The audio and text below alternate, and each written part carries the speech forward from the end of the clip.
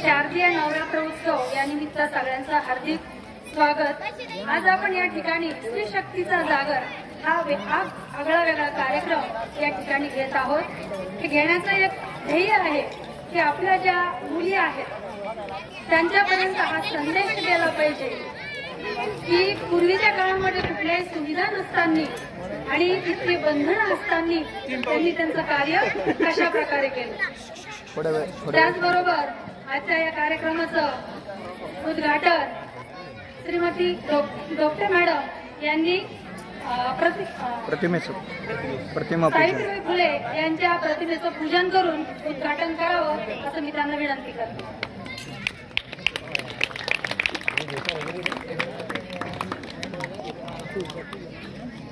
Madam थोड्या जवळ थांबा तिथे। हां बस। थेंबाथेंबामधून येथे सामर्थ्याचा सागर आहे, विश्वाच्या कल्याणासाठी स्त्री शक्तीचा जागर आहे, स्त्री शक्तीचा जागर आहे।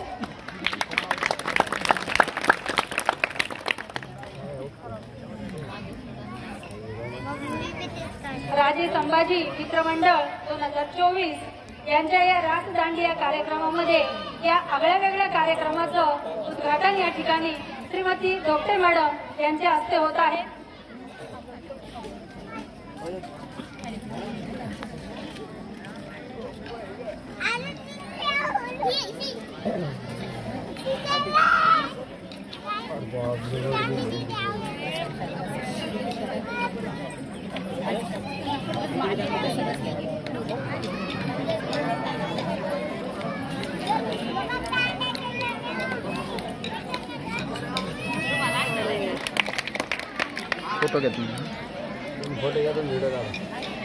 या ठिकाणी क्रांतीज्योती सावित्रीबाई फुले यांच्या भूमिकेमध्ये आहे आर्या शिरसाट। माईक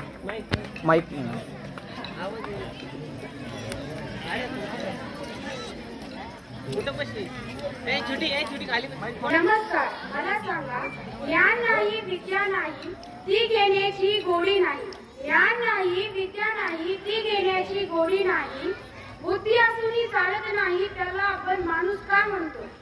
तर तुम्ही मला ओळखलं असेल, मी सावित्री ज्योतिराव फुले, सातारा जिल्ह्यातील खंडाळा तालुक्यातील नायगावाच्या खंडोजी नवसे पाटील यांची मी कन्या।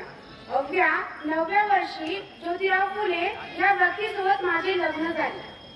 हळूहळू मला कळायला लागले, ज्या व्यक्तीसोबत माझे लग्न झाले आहे तो व्यक्ती एक साधा सुद्धा माणूस नव्हे, तर या जगाला ऊर्जा देणारा एक क्रांती सूर्यच आहे। त्या काळी बाईंना उंबरठा ओलांडण्याची पद्धत नव्हती। स्त्री पुरुष उच्च नीच असा भेदभाव व्हायचा, पण त्यासाठी एकमेव पर्याय म्हणजे शिक्षण। शिक्षणाचा प्रसार करत असताना एक ब्रिटिश मॅडम, त्यांचं नाव फरार होतं, त्या ज्योतिराव फुले यांना म्हणाल्या, मिस्टर फुले, जर तुम्हाला शिक्षणाचा प्रसार करायचा आहे, you have to educate women first. If the woman is educated then the whole family will be educated. पण इथे या समाजात तर महिलांना बाहेर जाऊ देत नाही। मग सो बॅड मिस्टर फुले, सो बॅड। मग काय, ज्योतिराव फुले आले माझ्याकडे पाटी पेन्सिल घेऊन आणि म्हणाले, सावित्री, आजपासून मी तुला शिकवणार। मग काय झाला माझा अभ्यास सुरू। बेक बे बेदुरी 4 पैकी 6 काना उकार वेंटी सर्व काही शिकले, लिहायला शिकले, वाचायला शिकले आणि कथा सुद्धा रचू लागले। इतक्यातच 1 जानेवारी 1848 रोजी पुण्यातील भिडेवाड्यात आम्ही मुलींची पहिली शाळा उघडली। त्या शाळेची मुख्याध्यापिका व शिक्षिका मीच होते। नंतर मी शाळेत मुलींना शिकवायला जात असताना लोक माझ्यावर शेण फेकत होते, मी तेही सहन केलं। दगड फेकत होते, मी तेही सहन केलं। ते चुकले तरी मी सहन केलं, पण आता माझ्या सहनशीलतेचा अंत झाला होता। इतक्यातच एक झटिंगड आला आणि म्हणता, ए टवळे, कुठे चाललीस? तू आमच्या आया बायांना शिकवणं बंद कर, तुला तुझी आबरू प्यारी आहे का शिक्षण? त्याला माहित नव्हतं की मी ज्योतिराव फुले यांची पत्नी आहे। एक घेतली आणि त्याच्या कानाखाली लगावली आणि म्हणाले, आज बोललास थोबाड फोडलं, उद्या वर्षी तुझे रक्ताने पूर्णी धरती रंगवेल. मग काय एक विभाबाई होती, तिचे नाव काशीबाई होतं. तिच्या मुलाला आम्ही दत्तक घेतलं. त्याचं नाव यशवंत असं ठेवलं. त्याला मोठं केलं, त्याला डॉक्टरही बनवलं. पण त्यावेळी पुण्यात प्लेग हा नावाचा रोग पसरला.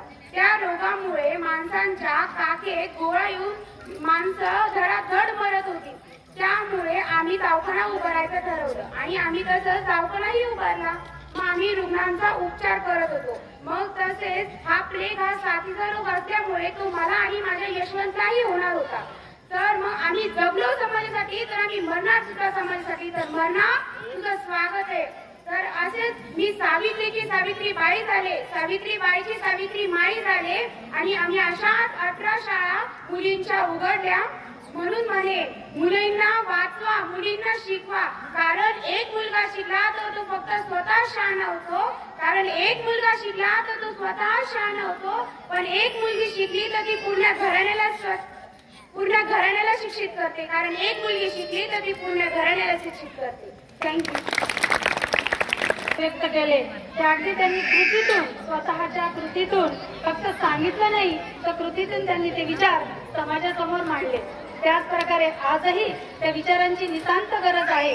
आपल्या देशामध्ये अनेक ठिकाणी वेगवेगळ्या घटना घडत आहे. त्या घटना जर आपल्याला म्हणजे घटना घडाव्याने असं वाटत असेल तर या ज्या महिला आहेत त्यांचं कार्य आपल्याला सगळ्यांना समोर आणून ते या ठिकाणी आपल्याला सांगावं लागणार आहे. म्हणूनच आमच्या या कार्यक्रमाचा उद्देशच तो आहे की स्त्री शक्तीचा जागर. या ठिकाणी एक कविता म्हणून या कार्यक्रमाचा समारोप करणार आहे. स्त्री शिक्षणाच्या ध्यासाने हसत हसत झेलले तू, सहन केले आमच्यासाठी. तुझे अनंत उपकार आम्ही कधीच विसरणार नाही. तुझे अनंत विचार आम्ही कधीच विसरणार नाही. अज्ञान न्यायाच्या दारी माता स्त्री दिसणार नाही. कर्तृत्वाने आज स्त्रियांच्या गळ्यात शोभतात सत्काराच्या माळा. कर्तृत्वाने आज स्त्रियांच्या गळ्यात शोभतात सत्कारांच्या माळा. पण काय झाले असते जर तू काढली नसती मुलींची शाळा. स्त्रियांच्या अंधाऱ्या जीवनात पेटवलेल्या ज्ञानाच्या ज्योती. म्हणूनच तर आज या जगात अमर आहे सावित्री. सावित्री म्हणूनच तर आज आहे या जगात अमर आहे सावित्री. कुटुंबासाठी झिजणारे तू चंदन, कुटुंबासाठी झिजणारे तू चंदन. स्त्री शक्ती तुला त्रिवार वंदन, तुला त्रिवार वंदन.